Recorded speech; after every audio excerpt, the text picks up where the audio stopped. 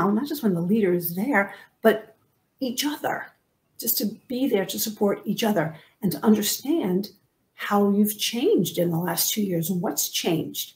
And hopefully all ends up with those who really want to be there are there. And there's a plan for their growth, personal development, training. There's an understanding of what's expected of the company and the statement, like you said earlier, of the values and the purpose that is seen by the community, and that there's a contribution there's evidence of for people to say, I trust you, because that's what companies want. They want to be trusted. Yeah, I think that what you're saying, this kind of a conversation or a discussion requires trust between the employees and their managers, between the managers and the C-level, and it's something that you need to build from day one when you come into the company, right? And I do I trust you as a company to understand me as a person. Maybe my goals and what I'm going through is not exactly what is needed right now for my role, for my position, right? So it demands this flexibility between people, and sometimes we don't have that flexibility. Right, and that's where respect comes in. Yes, trust and respect.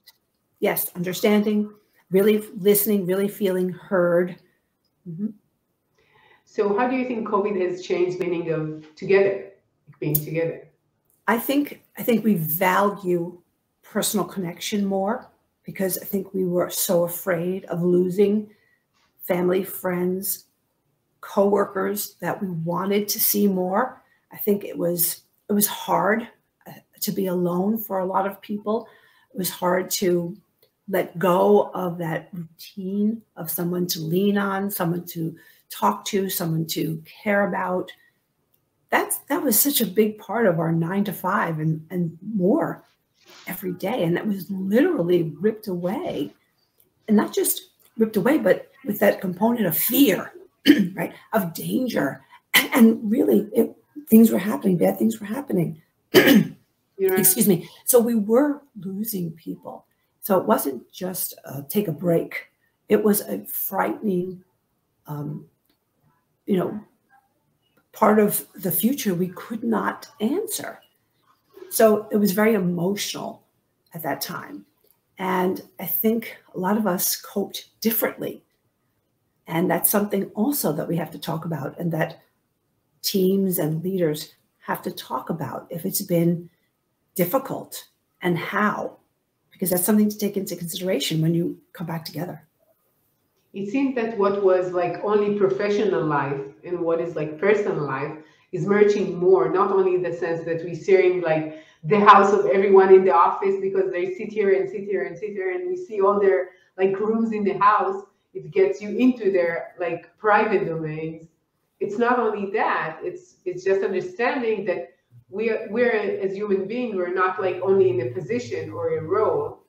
And what we're doing in the company is connected to our private life, to our parents, to our kids, to what's going on like in our lives. And it's always been so, but right now we feel it even further. Right.